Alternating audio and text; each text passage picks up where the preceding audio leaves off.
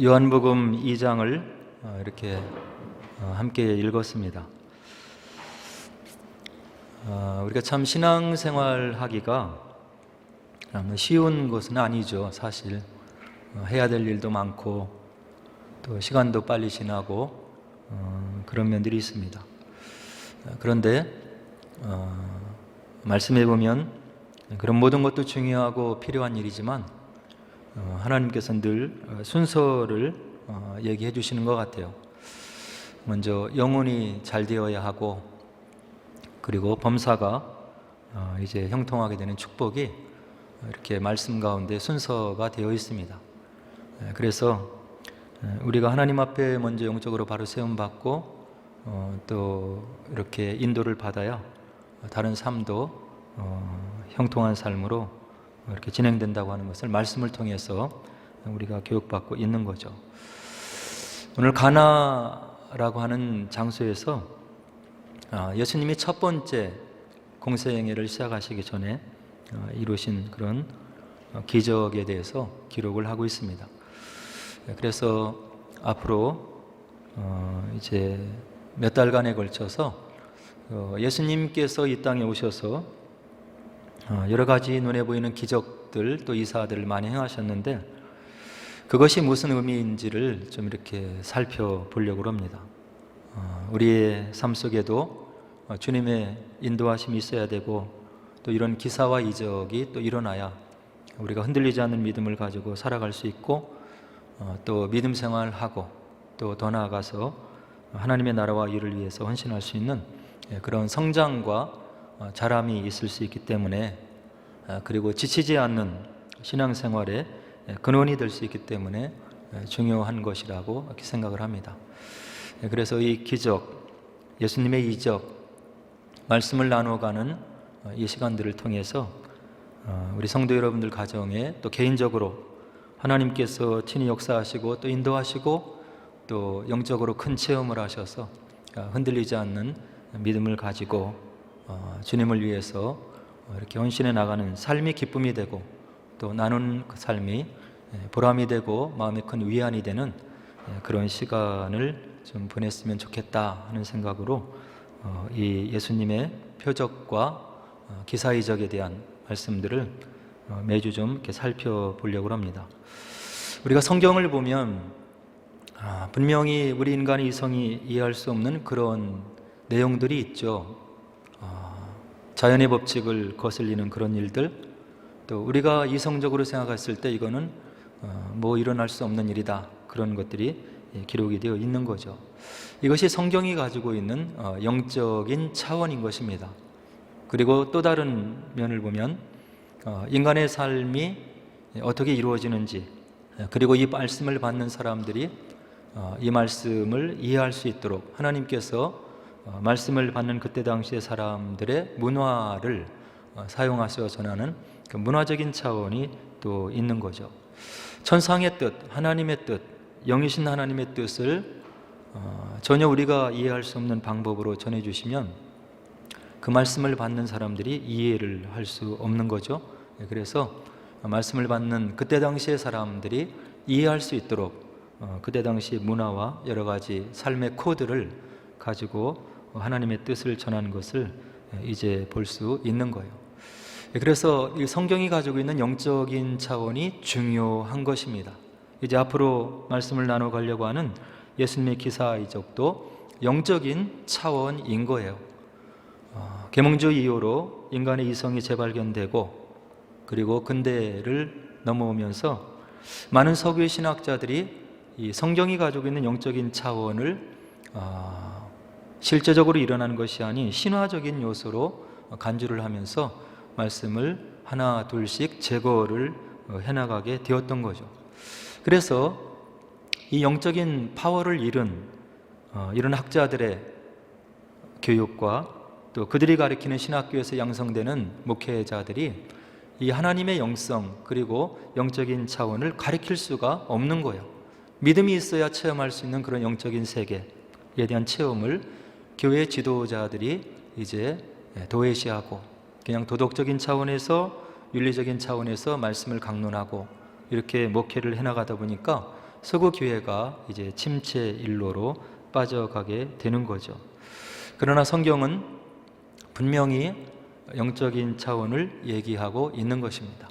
우리 인간의 이성이 이해할 수 없다고 해서 그것이 성경이 진리가 아닌 것을 얘기하는 것은 아니고, 우리 인간의 이성의 제한성임을 이제 우리가 조금만 생각해 보면 알 수 있는 거예요. 그래서 요즘의 과학자들도 자신들이 이해하고 그 다음에 깨달을 수 없는 그런 현상들이 양자역학이라고 하는 그런 과학에서 많이 발견되고, 또 그것이 믿음의 차원으로 이렇게 생각이 되고, 또 그것이 이렇게 인지가 되는 그런 것을 볼 수 있는 거죠. 그래서 우리가 예수님이 베푸신 기사 이적을 쭉 이렇게 살펴보면 대부분 다 눈에 볼 수 있는 그런 기사 이적들이었음을 알 수 있는 거예요. 예수님을 따라오는 많은 백성들, 사람들, 그리고 그 무리들에게 하나님 나라에 대한 진리를 가르쳐 주시고 이 땅의 삶의 의미가 무엇인지, 그리고 앞으로 그들에게 임할 하나님 나라의 영광과 능력이 무엇인지를 쭉 가르쳐 나가시는데, 이 사람들이 깨닫지를 못하는 거죠. 그래서 예수님께서 그들의 믿음을 도우시고, 그리고 그들을 믿음으로 바로 세우기 위해서 이제 기사 이적을 행하시는 것을 볼 수 있어요. 그래서 요한복음 10장에 보면 예수님의 탄식이 있다고 제가 말씀드렸죠. 예수님을 믿지 않으니까 내가 전하는 하나님에 대한, 그리고 하나님 나라에 대한 진리를 너희들이 믿지 못하면 내가 너희들 눈앞에서 행한 그 일은 너희들이 직접 보았으니까 이렇게 느끼고 체험한 것이 아니냐, 그것을 좀 믿어줬으면 좋겠다, 이런 하나님의 말씀이 있는 거죠. 그래서 예수님께서 이와 같이 기사 이적을 이제 여러 번 일으켜내시는데, 그것은 따라오는 무리들의 믿음을 바로 세워주기 위한 그런 큰 하나님의, 또 주님의 뜻이 배려되어 있다고 하는 것을 우리가 먼저 살펴봐야 되고요. 이제 오늘 본문을 좀 더 들어가면 1절과 2절에 보니까 이것이 어디에서 일어났는지에 대한 그런 장소를 명기해주고 있죠. 갈릴리에 가나라고 하는 그런 지역이 있는데 결혼 예식이 있었다, 이렇게 얘기를 해주고 있어요. 그리고 그 결혼 예식에 예수님과 그리고 예수님의 어머니 되시는 마리아, 그리고 제자들이 초대를 받았다, 이렇게 기록을 해주고 있죠. 그래서 결혼잔치가 이제 흥겹게 진행이 되고 또 여러 가지 기쁨 가운데 진행이 됐는데, 그 중요한 결혼잔치에서 이제 문제가 발생하게 된 거예요. 문제가 발생했는데 작은 문제가 아니고 아주 큰 문제가 발생이 되었음을 오늘 본문이 이야기를 해주고 있죠. 3절에 보니까 그 문제를 얘기를 해주시는데 무엇이냐면 포도주가 떨어졌더라, 이런 얘기를 하고 있는 거예요. 흥겨운 자리, 축하하는 자리, 그리고 모든 사람이 즐기고 그리고 이렇게 마음의 큰 기쁨과 행복을 가지고 지내야 될 그런 잔치 자리에서 포도주가 떨어졌다고 하는 것은 큰 낭패에 해당되는 거죠. 그리고 혼인잔치를 준비한 그 가정의 입장에서는 이게 굉장히 가문의 위신과 체면에 큰 손상이 되는 그런 문제를 가지고 있는 그런 순간이 된 거예요. 잔치를 배설하면서, 혼인잔치를 배설하면서 충분하게 찾아오는 사람들이 먹고 마시고 그리고 그 혼인 예식에 참여해서 기쁨을 누릴 수 있도록 포도주를, 가장 중요한 잔치의 요소인 포도주를 충분히 준비해 놓지 못했다고 하는 것은 그 혼례식을 치러 나가는 가문에 큰 이제 그 체면이 구겨지는 그런 상황이 된 거죠.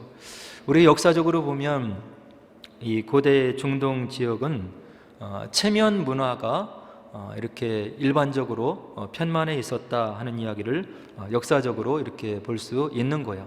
그건 무엇이냐면 우리 가문의 체면, 그리고 나 개인의 체면, 그리고 우리 공동체의 어떤 믿음의 체면을 위해서 최선을 다하고 그것이 이렇게 손상이 되는 것을 굉장히 부끄럽게 생각하고 수치스럽게 생각하는 그런 문화가 이렇게 널리 퍼져 있었다고 하는 그런 이야기죠.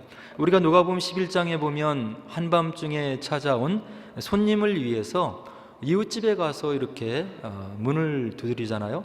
근데 그 시점이 모두가 잠든 그런 상황이었다고 이야기를 해주고 있는 거죠.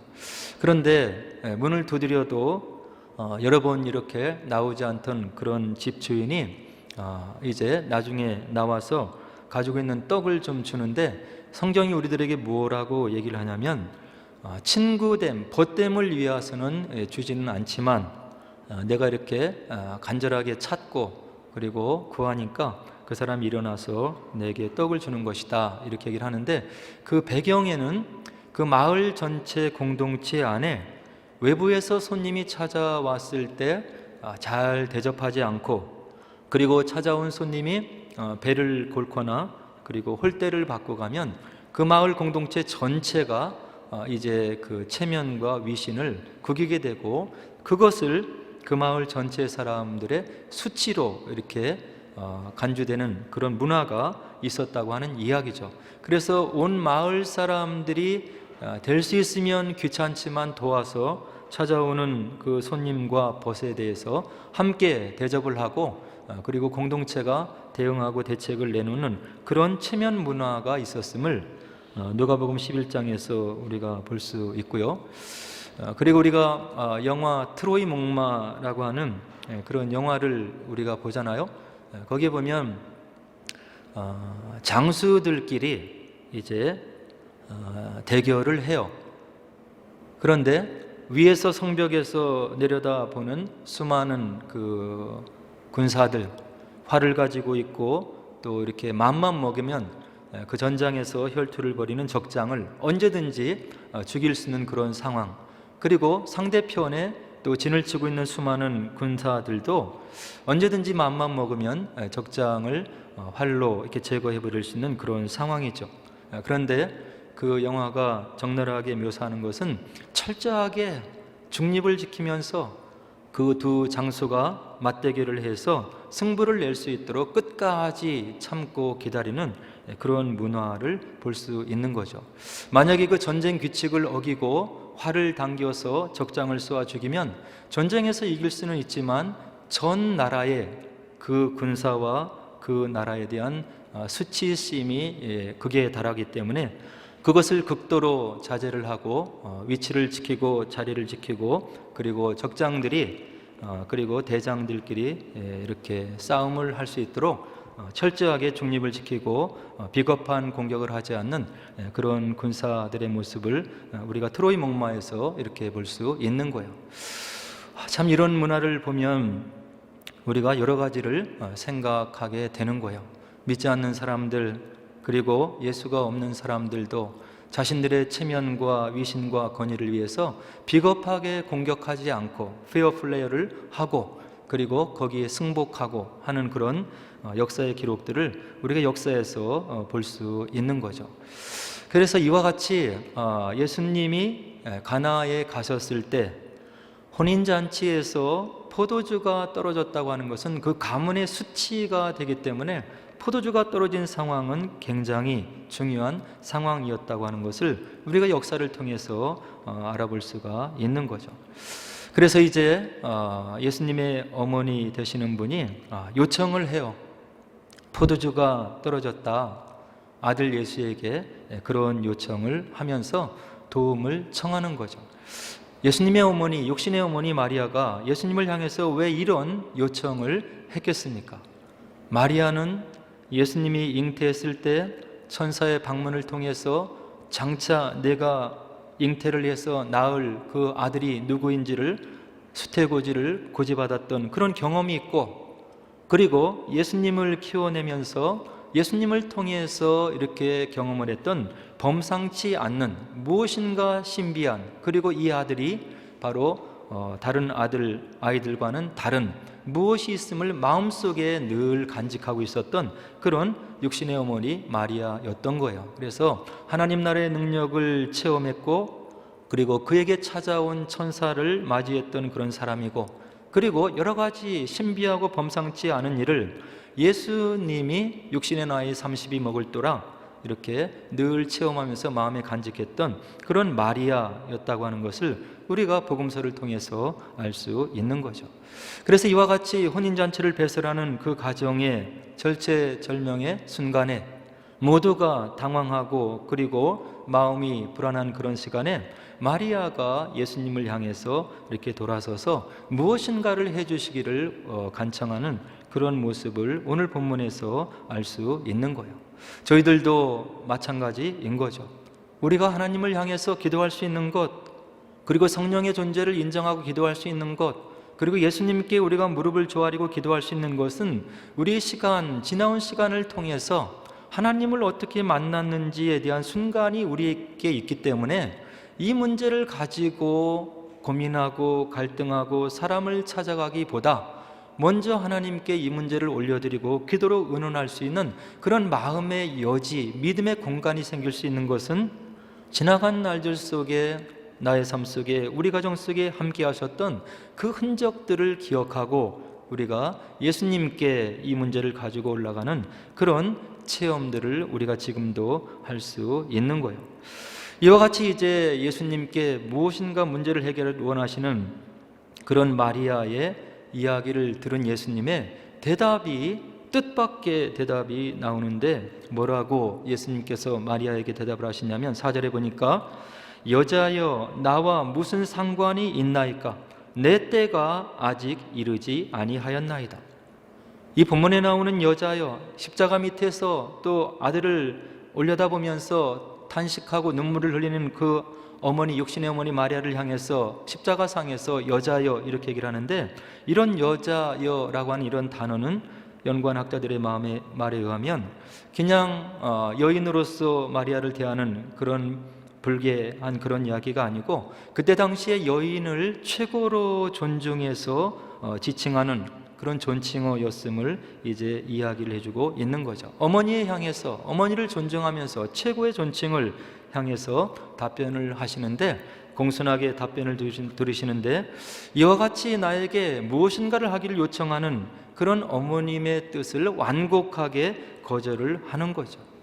거절의 이유는 다른 데 있는 것이 아니라 아직 내 때가 이르지 아니하였기 때문에 하나님이 주신 권능과 이런 위엄을 내가 여기에서 사용하기가 어렵다 하는 그런 마음을 이야기를 해주고 있는 거예요. 아직 내 때가 이르지 아니하나이다. 우리가 신앙생활할 때도 마찬가지 있는 거예요. 내가 지금 이 자리에서, 이 모습에서 믿음의 공동체, 교회를 위해서 무엇을 해야 될 것인지, 어떤 역할을 감당해야 되는지 하는 것을 하나님께 기도하고 이것이 때인지 아닌지를 분별할 수 있는 그런 지혜가 우리들에게도 필요하다고 하는 것을 예수님의 모습을 통해서 우리가 간접적으로 알 수 있는 거죠.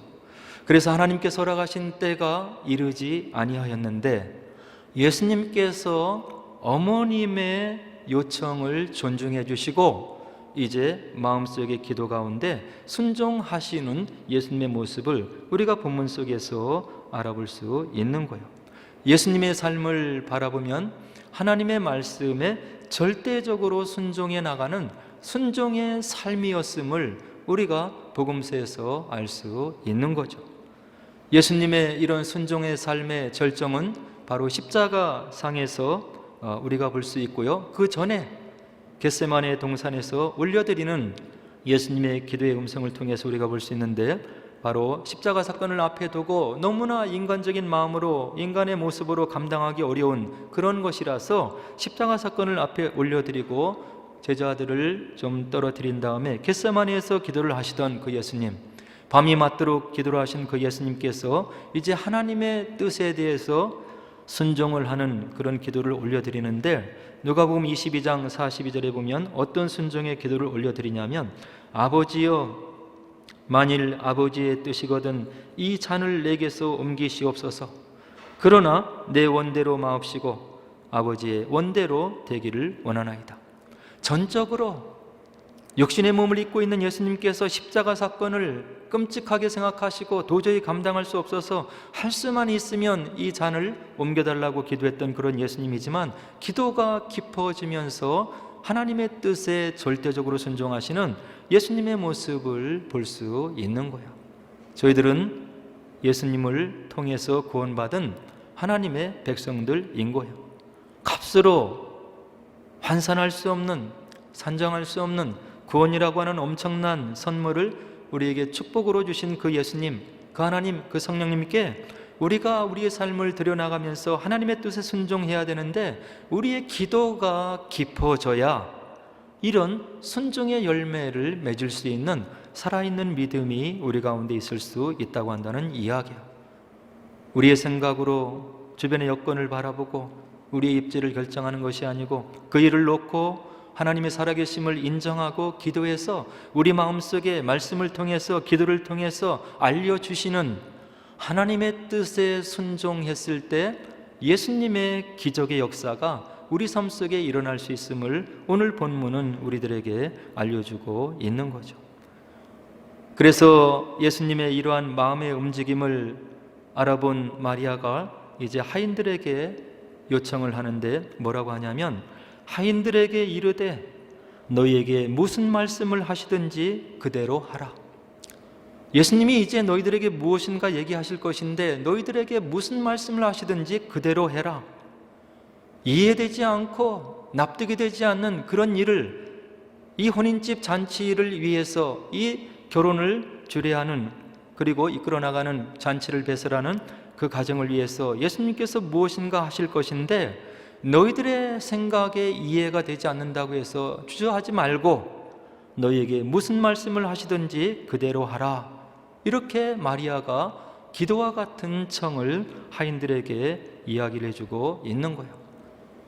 혼인집 잔치를 배설하는 그 가정을 위해서, 그 가정의 어려움을 위해서 참된 중보자의 마음을 가지고 예수님께 나아가서 기도하는 마리아의 모습을 볼 수 있는 거예요. 이것을 중보 기도라고 이야기를 하고, 저희들이 주변의 어려운 사람들을 위해서, 우리 교회 가족들의 어려움들을 위해서 함께 기도하는 그런 시간들이 있는데요, 이것이 역사하고 그리고 중보 기도에 힘이 있음을 오늘 본문을 통해서 알 수 있는 거죠.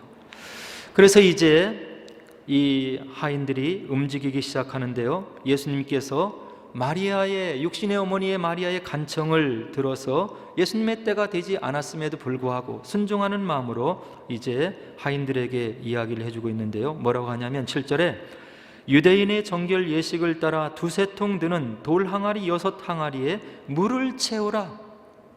여기 정결례에 사용되는 물이라고 하는 것은 깨끗한 물이 아닐 수도 있는 거예요. 퀄리티, 질을 따졌을 때 아주 상품의 물이 아닐 수도 있는 거예요. 사막지대, 모래바람이 있는 중동 지역에서 밖에 나갔다 들어오는 사람들이 손과 발을 씻고 실내로 들어가기 위해서 이 돌 항아리에 마련해 놓았던 그렇게 깨끗하지 않은 그런 물이라고 이렇게 볼 수 있는 거죠. 예수님이 명을 하시는 거예요. 유대인의 정결 예식에 따라 2-3통 드는 돌 항아리가 6개가 있는데 거기에 너희들이 물을 갖다 채우라, 이렇게 이야기를 해요. 하인들은 영문을 알지 못하고 이해를 못했지만 7절에 보니까 하인들이 예수님 말씀에 순종하는 것을 볼 수 있어요. 항아리 아기까지 물을 채웠더라, 이렇게 얘기를 하죠. 그리고 나서 예수님께서 하인들에게 또 더욱 어처구니 없는 분부를, 또 명령을 내리시는데 뭐라고 하냐면 8절에 보니까 이제는 떠서 연회장에게 갖다 주라고 하시고, 그 말씀에 하인들이 순종했다고 하는 이야기예요. 하인들은 영문을 모르죠. 왜 이와 같이 깨끗하지도 않은 물을 채우라고 하시고, 또 이제는 연회장, 결혼 예식, 그 예식을 주관하는 그 연회장에게 이 물을 갖다 주라고 하는 것인가? 내가 이 물을 떠다 갖다 주었을 때 연회장이 나에게 꾸지람을 내리고 화를 내면 어떻게 할 것인가? 이런 마음의 복잡한 계산이 들어가고 또 생각이 있었을 것이지만, 하인들은 마리아의 요청대로 끝까지 순종하는 모습을 오늘 본문이 우리들에게 알려주고 있는 거예요. 8절에 보니까 뭐라고 합니까? 항아리에 물을 퍼서 갖다 주었더라. 예수님께서 무엇인가 이 곤란한 지경에 있는 가정을 불쌍히 여기시고 하나님의 뜻 가운데 은혜를 베푸실 것을 믿었던 마리아, 그리고 그 마리아의 청을 순종으로 응답했던 하인들이 오늘 가나 혼인잔치의 기적을 이뤄내고 있는 거예요. 그래서 순종한 하인들이 그 돌 항아리에 있는 물을 떠다 갖다 주니까 연회장이 무엇이라고 얘기를 하냐면 10절에서 사람마다 먼저 좋은 포도주를 내고 취한 후에 낮은 것을 내거늘 그대는 지금까지 좋은 포도주를 두었도다 하니라. 별로 깨끗하지 않는 그물, 손발을 씻었던 그물, 이것이 예수님의 긍휼과 은혜 가운데 극상품의 포도주로 변했다고 하는 그런 사건을 오늘 성경은 우리들에게 알려주고 있는 거예요. 연회장이 이와 같은 이야기를 했을 때 기가 막힌 성경의 보도가 우리들에게 들려오고 있는데요, 9절에 보니까 연회장은 물로 된 포도주를 맛보고도 어디서 났는지 알지 못하되 물 떠온 하인들은 알더라. 예수님의 말씀에 순종했던 하인들, 그 포도주가 어디서 왔는지를 순종의 경험을 통해서 이 기적을 체험했던 하인들은 알더라. 이렇게 오늘 본문 9절이 우리들에게 알려주고 있는 거예요. 이것이 믿음의 세계인 거예요. 될 수 없는 일, 이해될 수 없는 일들, 하나님의 나라를 위해서 하나님께서 시공간을 이렇게 들어오셔서 친히 들어오셔서 믿음의 세계가 있음을 알려주시는 것을 믿고 순종하는 자들에게 이런 체험들이 일어남을 오늘 본문은 우리들에게 분명하게 알려주고 있는 거예요. 그리고 나서 주변에 있는 제자들의 모습을 11절이 우리들에게 분명히 알려주는데, 그 모든 광경을 지켜보았던 제자들이 뭐라고 얘기를 하냐면 예수께서 이 첫 표적을 갈릴리 가나에서 행하여 그의 영광을 나타내심에 제자들이 그를 믿으니라. 예수님이 누구인지, 예수님을 우리가 따라다니고 있는데 이분이 무엇을 하시는 분인지 긴가민가하는, 내가 예수님을 지금 추종하고 따라가는 것이 바른 길인지 이런 갈등들이 왜 없겠어요? 제자들에게, 아직 성령을 받기 전인 제자들, 하나님 나라의 권능을 체험하기 전인 그런 제자들 마음속에 이런 갈등들이 있었을 것인데, 예수님께서 가나에서 혼인잔치에서 첫 번째 행한 별로 좋지 않은 물이 변해서 극상품의 포도주로 변하는 것을 목도했던 제자들의 마음에 믿음이 생겼더라고 오늘 본문이 우리들에게 알려주고 있는 거예요. 그래서 기독교를, 성경을 연구한 많은 학자들은 다음과 같은 이야기를 우리들에게 알려주고 있는 거예요.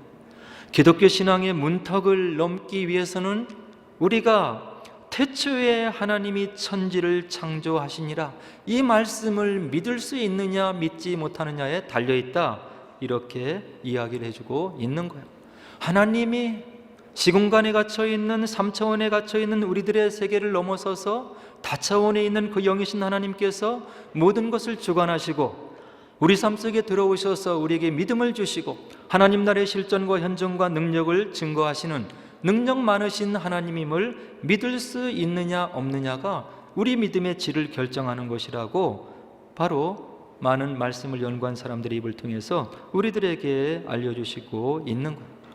이런 믿음의 토대, 역사를 토대로 해서 우리가 사도신경이라고 하는 것을 만들었고요, 그 사도신경의 첫 마디가 무엇이냐면 천지를 만드신 하나님 아버지를 내가 믿사오며, 사도신경을 외울 때마다 이 구절을 반복하고 있는데 저와 여러분들이 정말로 이 하나님을 믿고 있는지 그렇지 못한지를 체크를 해봐야 되는 거예요.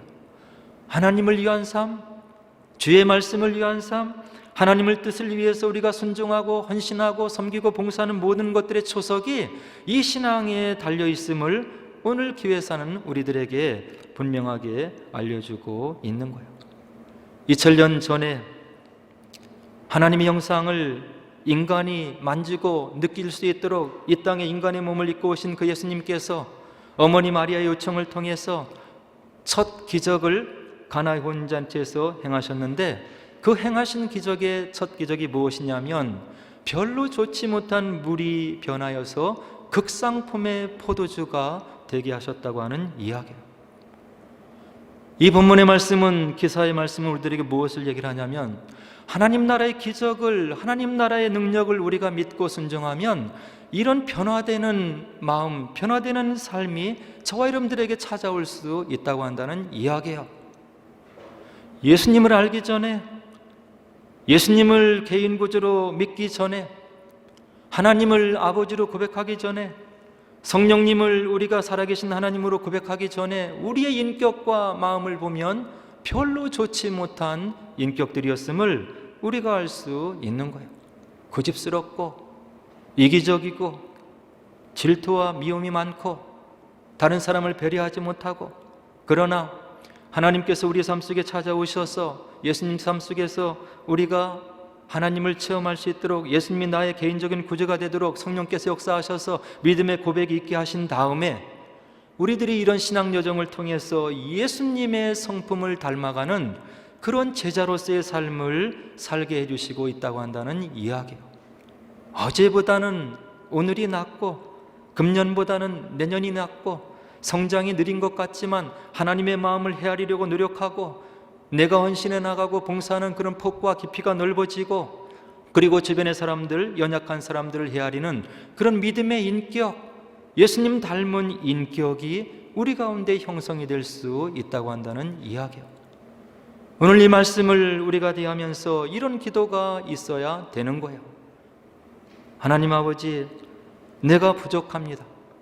하나님의 나라와 위를 위해서 헌신할 수 없고 수고할 수 없고 마음이 그렇게 넉넉하지 못하고, 그리고 인간의 걱정과 이 땅의 염려와 걱정으로 얽매여 있는 그런 부족한 인간이지만 하나님 나라의 능력을 내가 맛보기를 원하나이다. 가나 혼인잔치에서 물이 변화해서 포도주로, 극상품 포도주로 만들어주신 그 주님께서 나의 삶 속에 들어오셔서 나의 마음을, 나의 인격을 어루만져 주셔서 주님 닮은 그런 포도주가 되는, 변화되는 그런 역사가 있게 하옵소서. 이런 기도로 우리가 하나님을 인정하고 성령의 역사를 인정하고, 그리고 우리가 기도로 나간다면 이런 물이 변하여서 포도주가 되는 역사가 우리들의 삶 속에서 분명하게 일어날 수 있음을 기독교 역사는 우리들에게 보여주고 있는 거예요. 예수님의 제자들, 기독교 2000년 역사를 통해서 한낱 인간에 불과한 예수님의 제자들이 담대하고 용감하게 주님의 나라를 위해서 헌신해 나가는 그런 믿음의 행진을 우리가 교회사를 통해서 분명하게 볼 수 있는 거예요. 이런 변화되는 역사가 저와 여러분들의 삶 속에 일어날 수 있다고 한다는 이야기예요. 그렇게 되면 우리 삶 속에 큰 변화가 일어나고 우리 가정을 통해서, 우리 믿음의 공동체를 통해서 이 예수님의 기적과 하나님 나라의 권능과 역사를 증거하는 그런 저희들의 삶, 그리고 우리 믿음의 공동체의 삶이 될 수 있다고 하는 것을 오늘 본문 말씀이 우리들에게 분명하게 보여주고 있는 거예요. 이런 말씀을 믿으시고 믿음의 진보가 있기 위해서, 예수님의 성품을 닮아가기 위해서 기도하시고 믿음의 결단을 내리시고 주님께서 그 결단 가운데 기름 부어주시고 함께해 주시는 은혜를 체험하시는 복된 성도 여러분 되기를 주의 이름으로 간절히 축원을 드립니다. 이제 우리 함께 기도하도록 하겠습니다.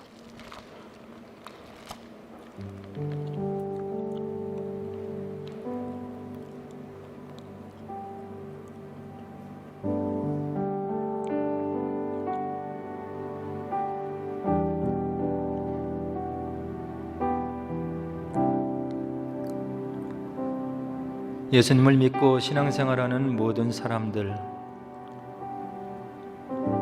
또 특별히 말씀의 사역자로 부름받고 귀한 사역을 감당해 나가는 모든 목회자들,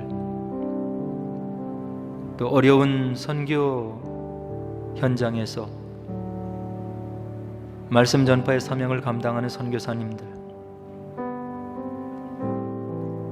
이분들이 모두 이야기하시는 것, 하나님께서 함께해 주시지 않으면 사역을 감당할 수 없고 믿음 생활 해나갈 수 없음을 모두가 고백하는 것을 우리가 들을 수 있는 것입니다.